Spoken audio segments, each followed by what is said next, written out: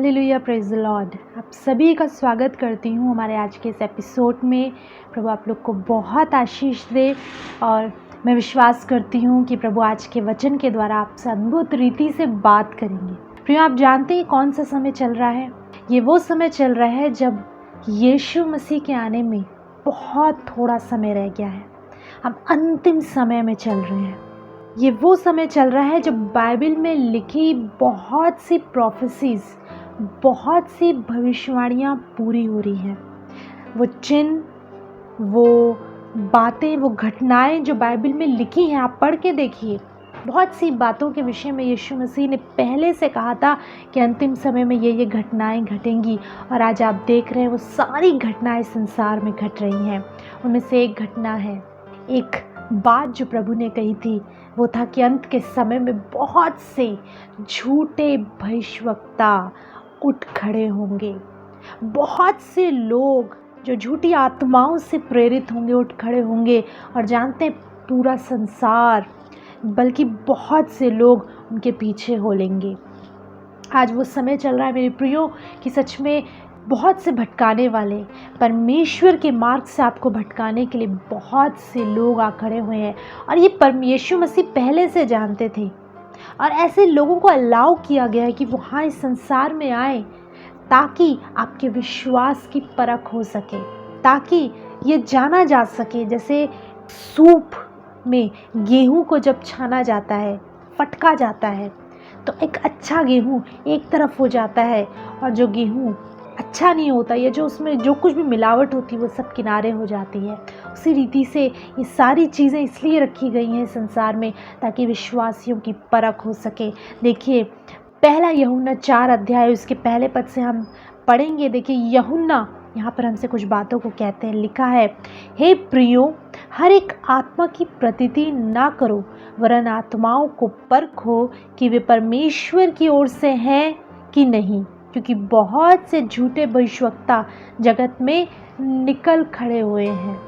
खुदा का कलाम है प्रियो, हर एक आत्मा की प्रतीति ना करो, हर एक आत्मा पर विश्वास मत करो। आजकल मसीह लोग बहुत ज़्यादा भरमाए जा रहे हैं। जो उनके विषय में कुछ अच्छी बातें कह देता है, तुम्हें धन मिलेगा, तुम्हें संपत्ति मिलेगी, ऐसा होगा वैसा होगा, संसार में से लेकर कुछ अच्छी बातें उनके लिए कह देता है, वो उसके पीछे हो लेते हैं। बाइबल बताती है हर एक आत्मा की प्रतीति ना करो, परखो कि वो परमेश्वर की ओर से है कि नहीं। यदि आपका जीवन व्यभिचार से भरा पड़ा है, यदि आपके जीवन में गुनाह और पाप है, यदि आप एक गलत राह पर है, और कोई व्यक्ति आकर खड़ा हो और इस बात को कहे कि परमेश्वर मुझसे यूँ कहता है कि प्रभु तुझे ब्लेस करेगा, तुझे आशीषें देगा, तो सोच कर देखिए कि एक ऐसे जीवन के साथ परमेश्वर आपको वो सारी ब्लेसिंग्स, वो आशीषें देगा। प्रियो, हर एक आत्मा की प्रतीति ना करो। पता है आज के समय में खरे उपदेशक बहुत कम है जो आपको ये बताएं कि आपके जीवन में ये चीज़ें गलत हैं, इन्हें दूर करिए। आप गलत संबंधों में हैं, इनको छोड़िए। आप गलत चीज़ों में इंगेज्ड हैं, इन चीज़ों से बाहर निकलिए। आप शराबें पीते हैं, इनसे बाहर निकलिए। आज लोग एक दूसरे की बड़ाई कर रहे हैं, एक दूसरे के साथ संबंध बनाने के लिए एक दूसरे के विषय में सही बातों को नहीं बता रहे हैं। पर जानते हैं, खरा उपदेशक या परमेश्वर का कलाम जो व्यक्ति लेकर आता है खराई के साथ, वो उस बात को कहता है कि तू जो कर रहा है वो गलत है, अपने मार्ग से फिर। परमेश्वर का यही वचन है तेरे लिए। जानते हैं, पुराने समय में परमेश्वर अपने भविष्यवक्ताओं को राजाओं के पास भेजता था, इज़राइल के राजाओं के पास भेजता था, यहूदा के राजाओं के पास भेजता था, और वो उनको बताते थे कि तुम जो कर रहे हो वो गलत है, प्रभु का दंड तुम्हारे ऊपर आएगा। जानते हैं, वो भविष्यवक्ता डरते नहीं थे, खुदा का कलाम एज इट इज़ उन लोगों को देते थे। बाइबल बताती है अंत के समय में लोग कानों की खुजली के कारण अपने लिए बहुत से उपदेशक बटोर लेंगे। अपनी कानों की खुजली को मिटाने के लिए उन्हें अच्छी बातें सुननी है।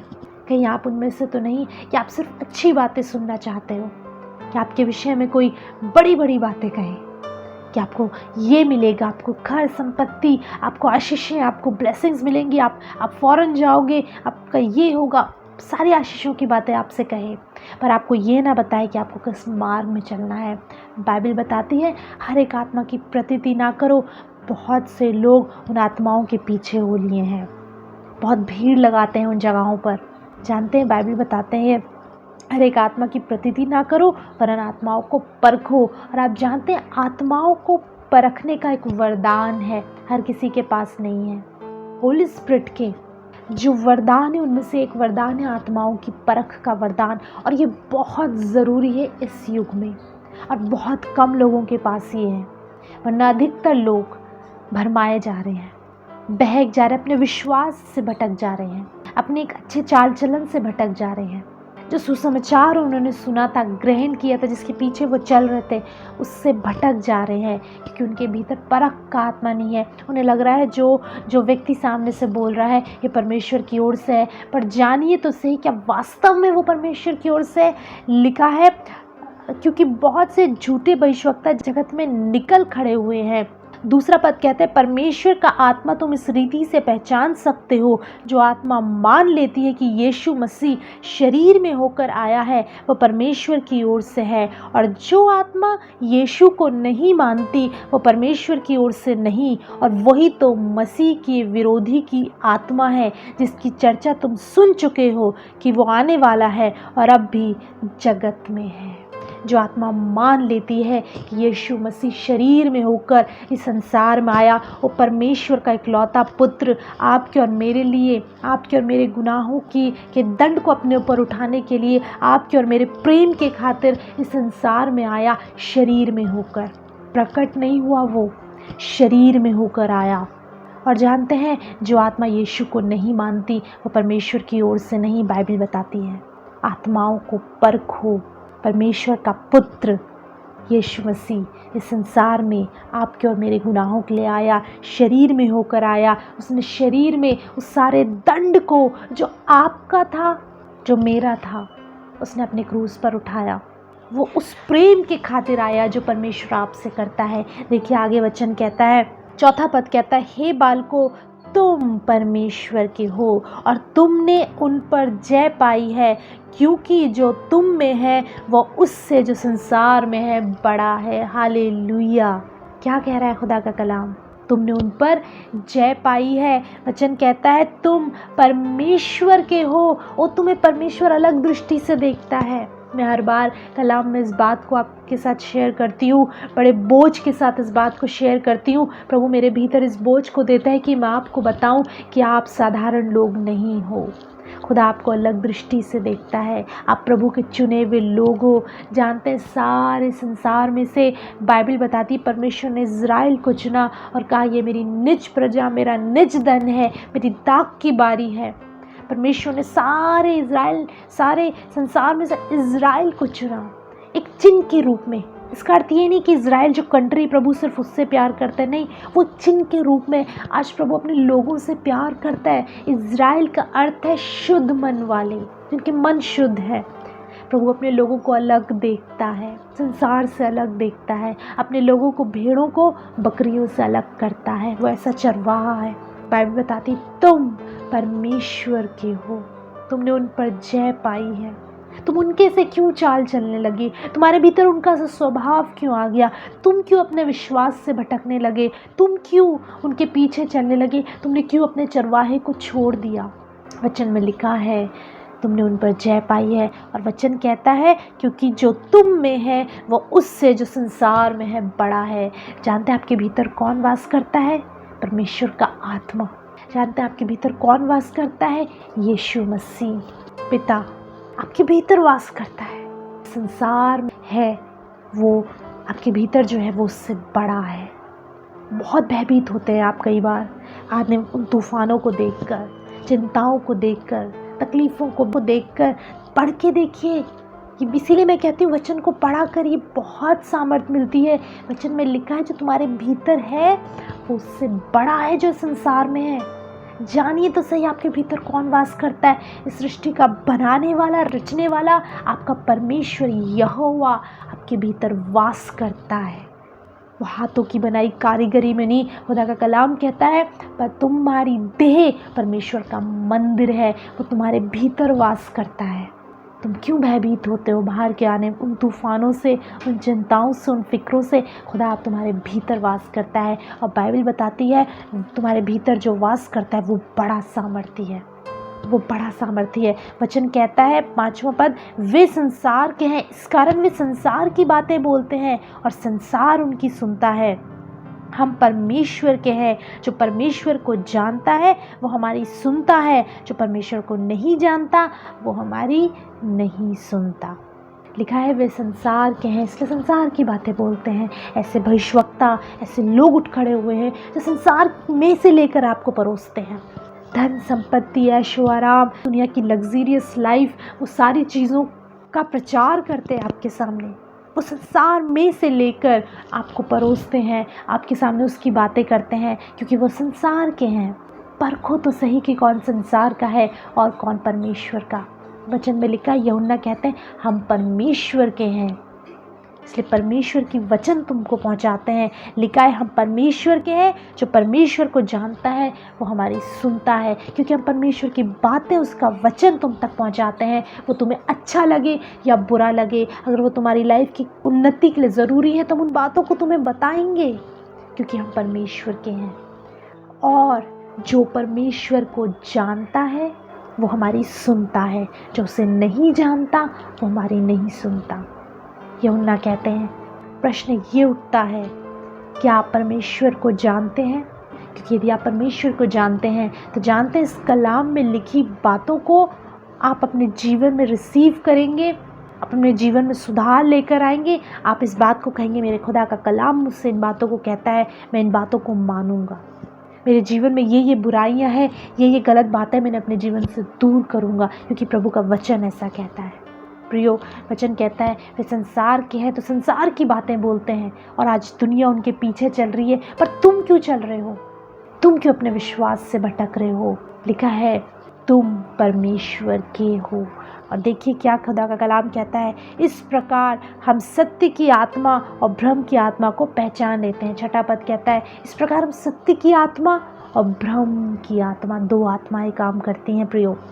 मसीह के विरोधी की आत्मा, भ्रम की आत्मा, और एक सत्य यानी यीशु की आत्मा कार्य करती है संसार में।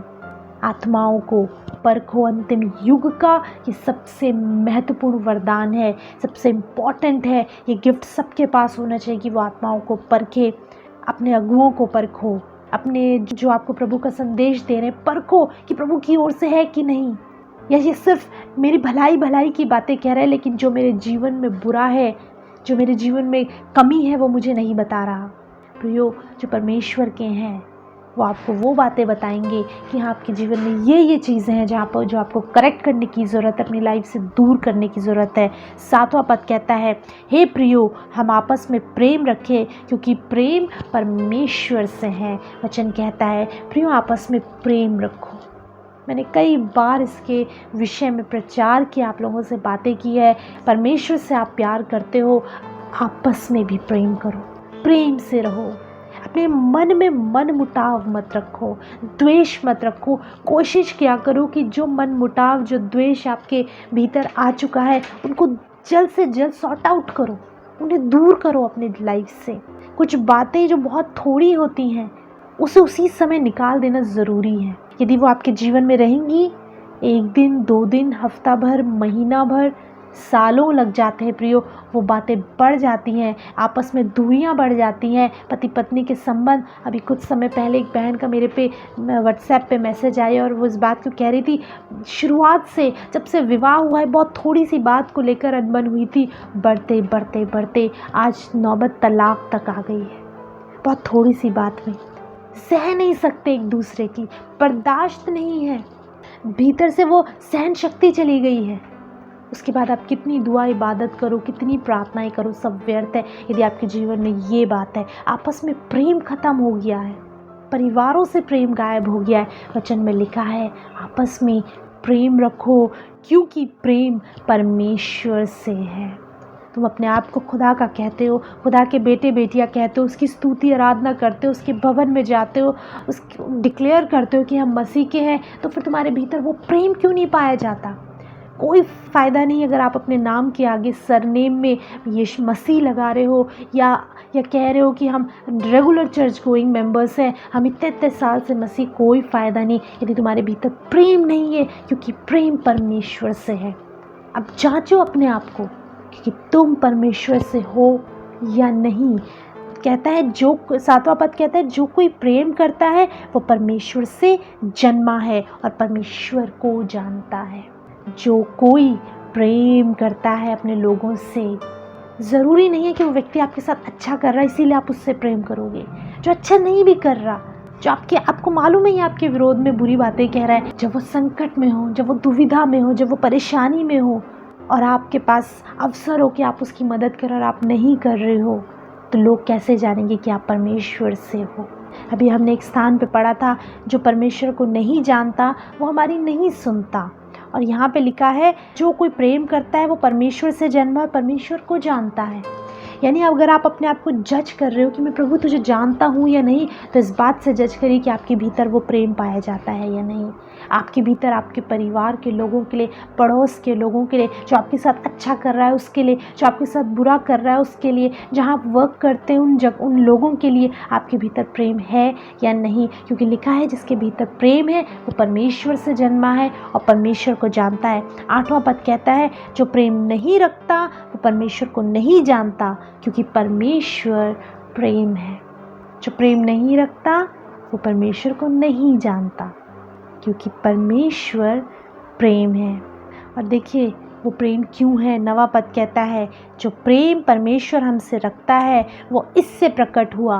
कैसे प्रकट हुआ?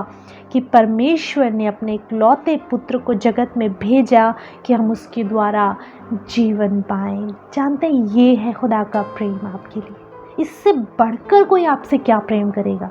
ये है परमेश्वर का प्रेम आपके लिए।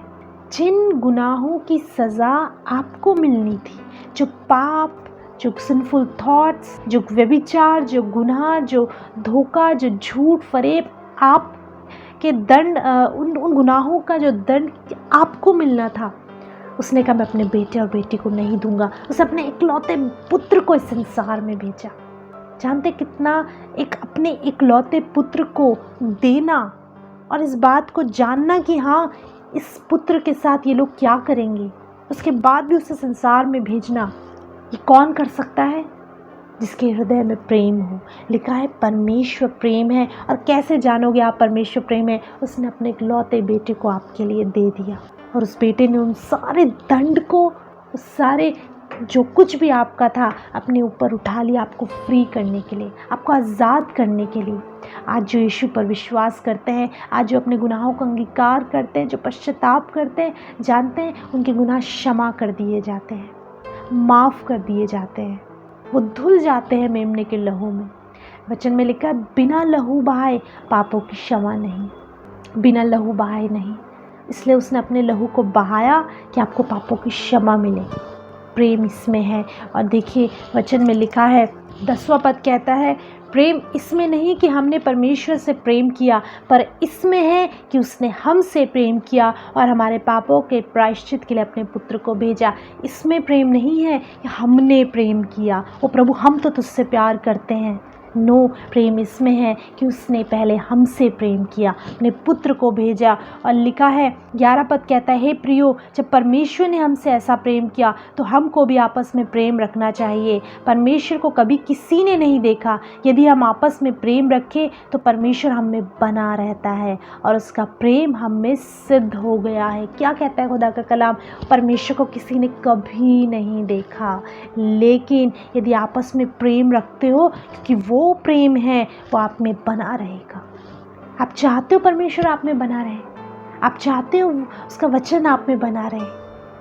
उसको किसी ने कभी नहीं देखा, पर यदि आप चाहते हो कि वो आप में बना रहे तो वो प्रेम आपके भीतर होना चाहिए। देखिए 19 पद कहता है हम इसलिए प्रेम रखते हैं कि पहले उसने हमसे प्रेम किया। यदि कोई कहे मैं परमेश्वर से प्रेम रखता हूँ और अपने भाई से बैर रखे तो वो झूठा है, क्योंकि जो अपने भाई से जिसे उसने देखा है प्रेम नहीं रखता, तो वो परमेश्वर से भी जिसे उसने नहीं देखा प्रेम नहीं रख सकता।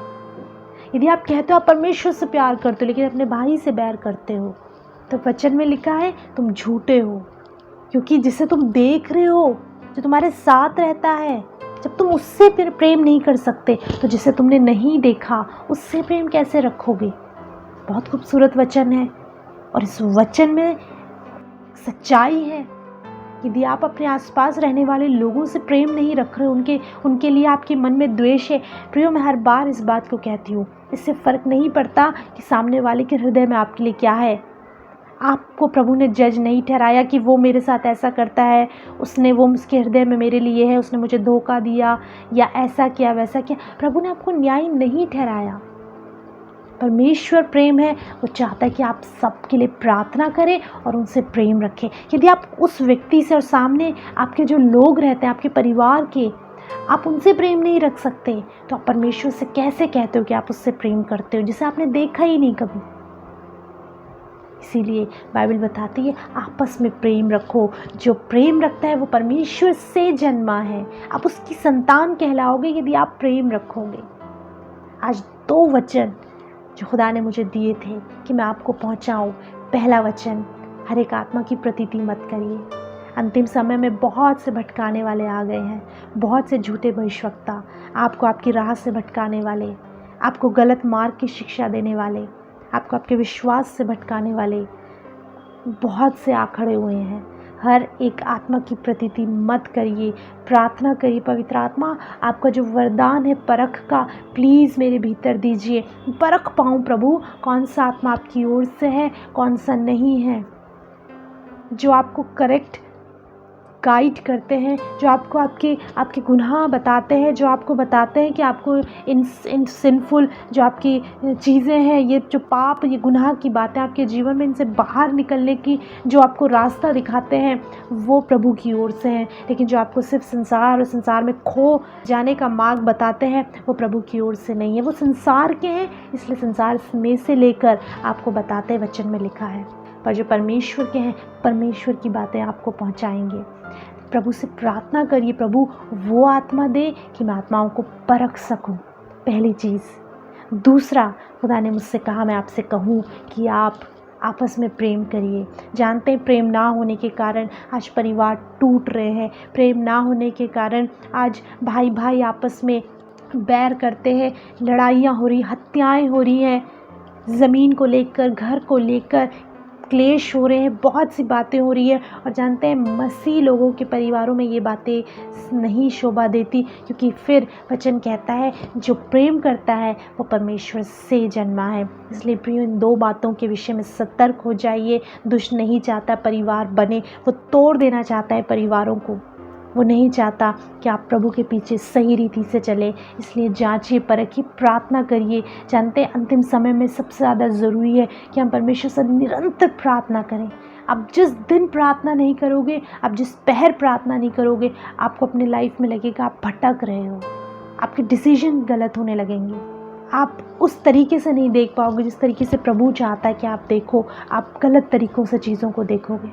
इसीलिए ज़रूरी ये है कि निरंतर प्रार्थना करें। आपको जब अवसर मिलता है, जब थोड़ा सा भी समय मिलता है, ज़रूरी नहीं बहुत ज़्यादा समय। मैं जानती हूँ बहुत से लोगों के पास बहुत से कार्य करने के लिए आपको बहुत समय नहीं मिल पाता, लेकिन जितना भी थोड़ा बहुत भी आपको समय मिलता है, शांत होकर बैठकर प्रार्थना करिए, उसके सम्मुख बैठिए, उससे उसकी हुजूरी मांगिए, पवित्र आत्मा मांगिए, प्रार्थना किया करिए, प्रभु मुझे सामर्थ दे कि मैं संसार में सही रीति से चल सकूं, सामर्थ दे कि मैं आपस में अपने लोगों से प्यार कर सकूं, बल दे कि मैं तेरे पीछे चल सकूं, मेरे भीतर विश्वास उत्पन्न कर। सारी बातों के लिए प्रिय प्रार्थना करिए, क्योंकि वह अनुग्रहकारी है। इस युग में यदि पाप बहुत अधिकाई से बढ़ रहा है तो उसका अनुग्रह भी अधिकाई से उमड़ रहा है। वो बचा लेना चाहता है आपको, उस आग में से झपट कर आपको निकालने की सामर्थ्य वो रखता है। इसीलिए उसने अपने पुत्र को इस संसार में भेजा। विश्वास करती हूँ खुदा ने अपने वचन से आपसे बात करी है। आइए हम प्रार्थना करें। पिता, हम आपका धन्यवाद करते हैं सामर्थी वचन के लिए, और हम जानते हैं प्रभु वचन कभी भी खाली नहीं जाता। बहुत से लोगों के जीवनों में आज वचन ने बात करी है। प्रभु इनके जीवनों को कायल करें। पवित्र आत्मा जब आज इन्होंने इस बात को समझा है कि हमें प्रार्थना करनी है इस युग में, तो प्रभु आप इन्हें सामर्थ और बल दें।